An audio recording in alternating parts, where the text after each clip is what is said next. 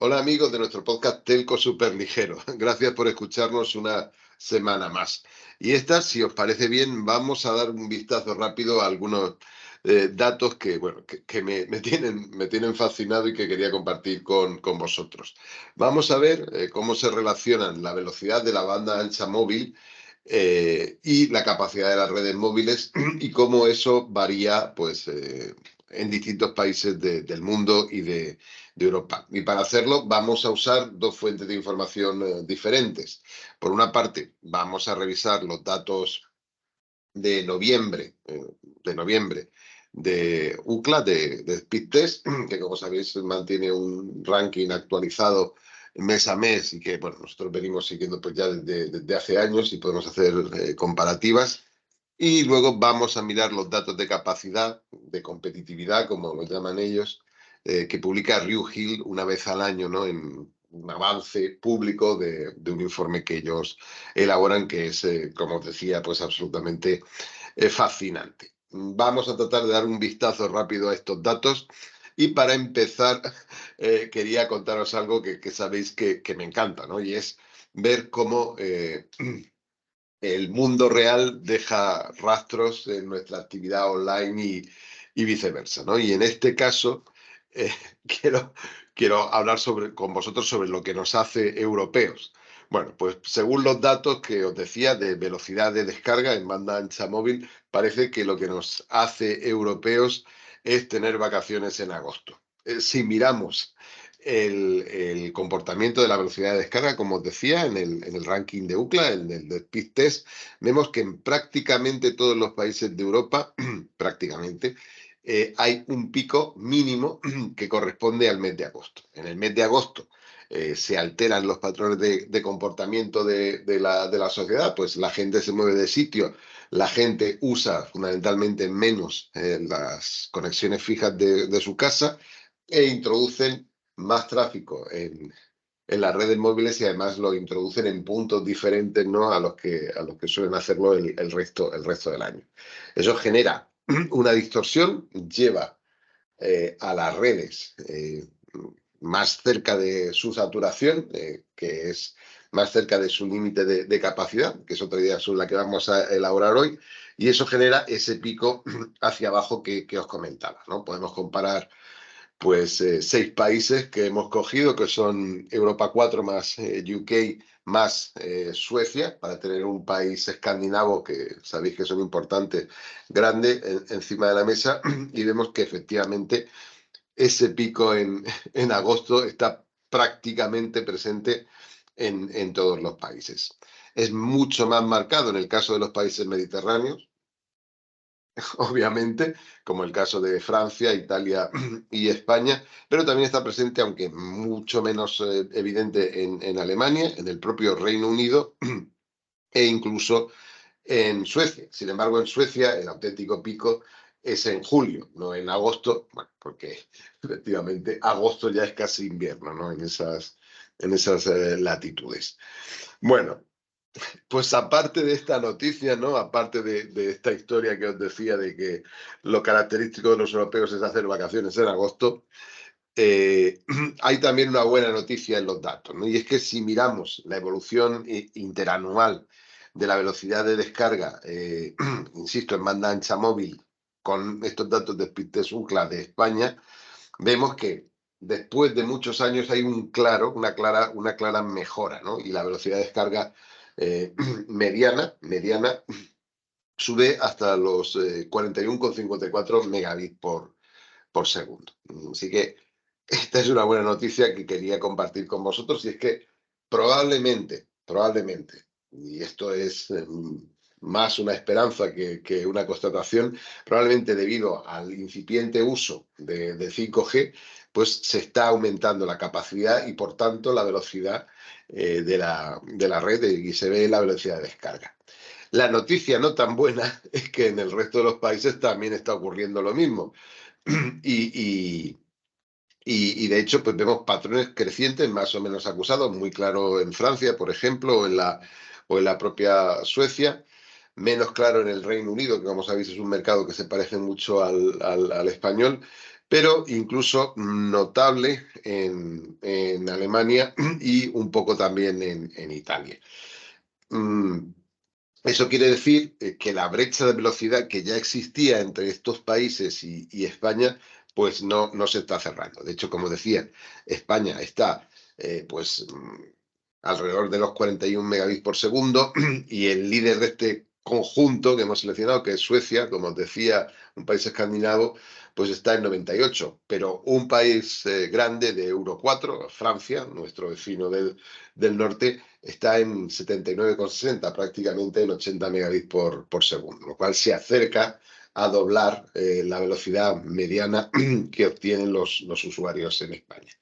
Como decía, Reino Unido e Italia son mercados más próximos, más parecidos a nosotros y están en valores más cercanos, pero desde luego superiores, ¿no?, a los resultados que arroja España en esta encuesta, ¿no?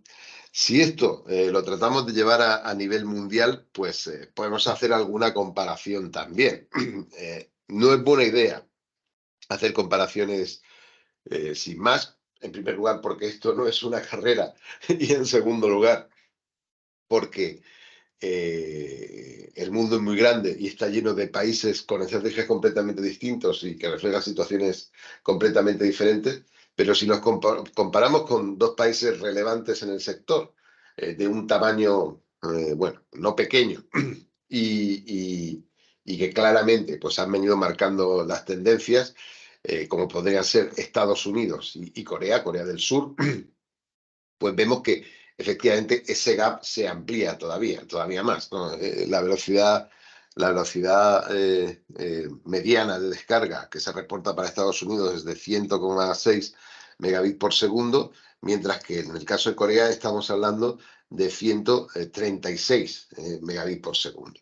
E insisto, no son las velocidades más altas. Corea ocupa el puesto octavo en el ranking y Estados Unidos el 13, pero nos dan una idea de la distancia a la que se va encontrando, digamos que el grupo principal de la Unión Europea, luego hablaremos un poquito más en esto, con respecto a los países líderes en lo que son los despliegues en 5G en el mundo. Estamos hablando entonces de diferencias de 136 a 41 megabits por segundo, lo cual prácticamente triplica la velocidad mediana.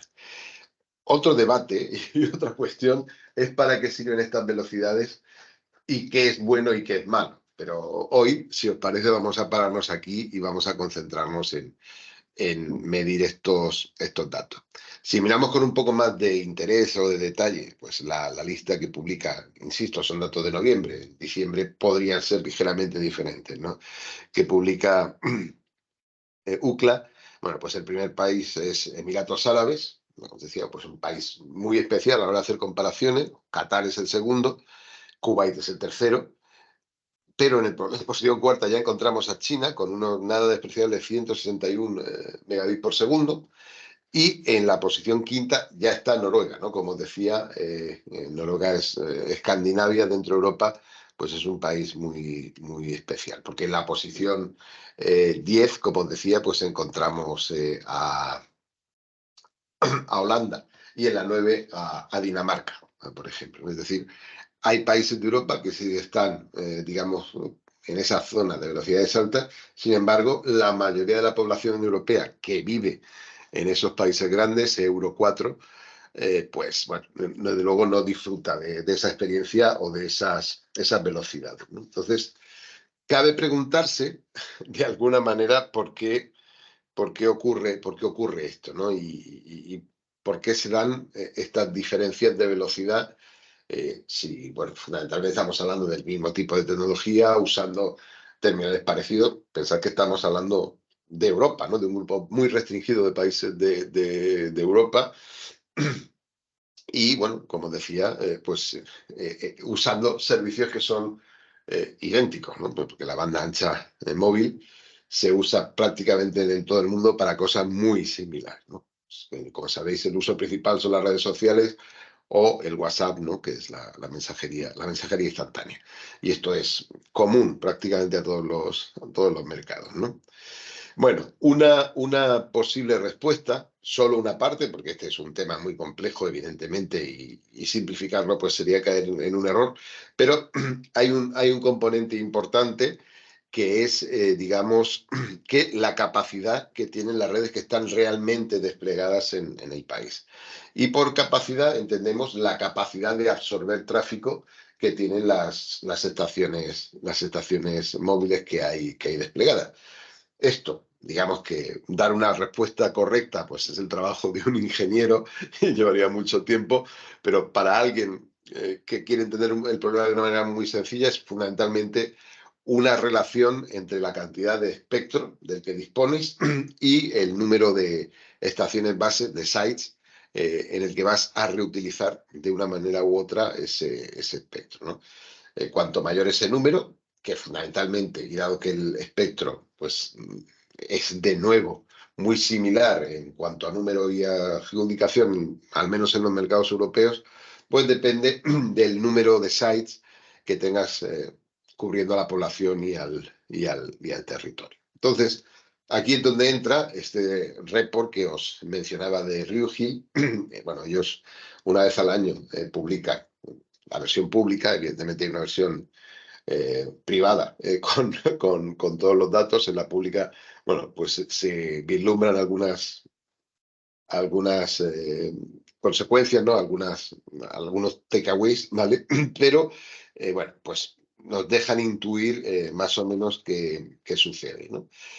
Si miramos, como comentaba antes, la posición de lo que serían las redes españolas, bueno, pues las encontramos en una posición intermedia, si queréis, más allá de la mitad de la distribución, pero lejos de la posición en cuanto a capacidad teórica, porque estamos hablando de capacidad teórica disponible, pues lejos de los líderes, ¿no? Que podrían ser, pues, como decía, países escandinavos. Claramente Finlandia no es históricamente, ¿no? el país que despliega redes de mayor capacidad, o Corea del Sur, como mencionábamos, u otros países asiáticos, ¿no? Como Japón, digamos que ya a otra escala, pero también con redes mucho más densas y por lo tanto mucho más capaces que las redes de España, también la del resto de países de Euro 4 y el Reino Unido.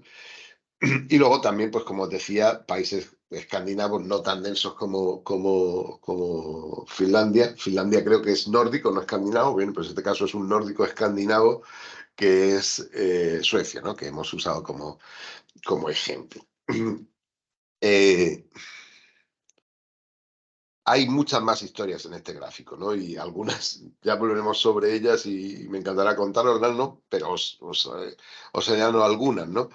Así como en la mayoría de los países de Euro 4, digamos que la capacidad actual que están cursando las redes, insisto, según el modelo de Ryuhei, está todavía por debajo de la capacidad teórica que ofrece, digamos que la infraestructura 4G disponible, teniendo en cuenta espectro y sites.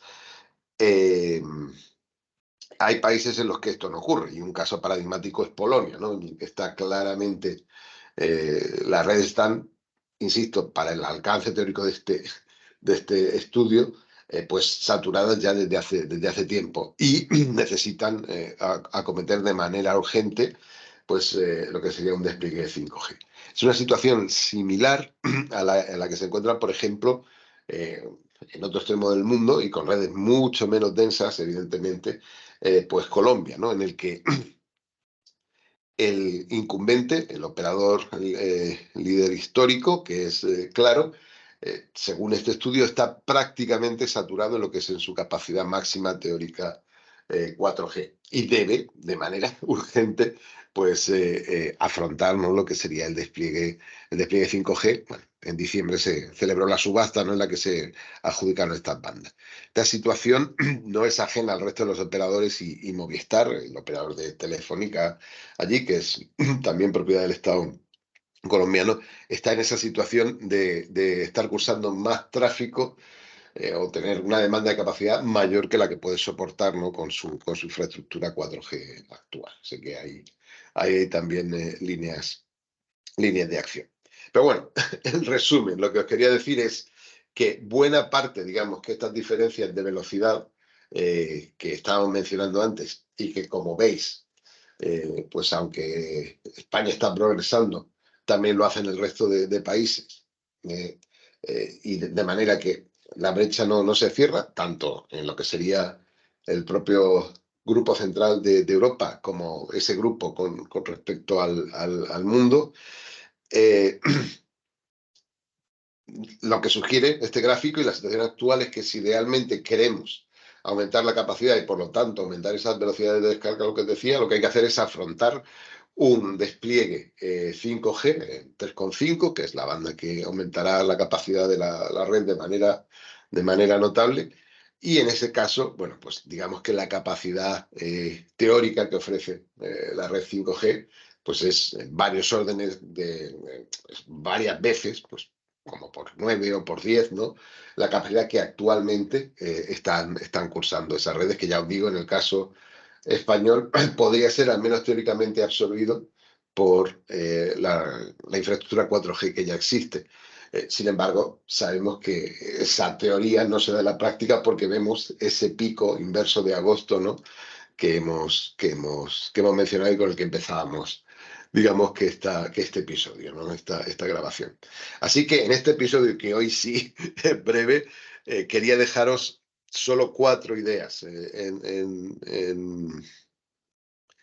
encima de la mesa. No podemos ser concluyentes, pero podemos imaginar que esa mejora de la experiencia, medida con la velocidad de descarga de los clientes que se está midiendo en España, está asociada al despliegue en 5G. Recordad, la velocidad mediana en España de descarga es alrededor de los 41 megabits por segundo. Sin embargo, esa cifra pues está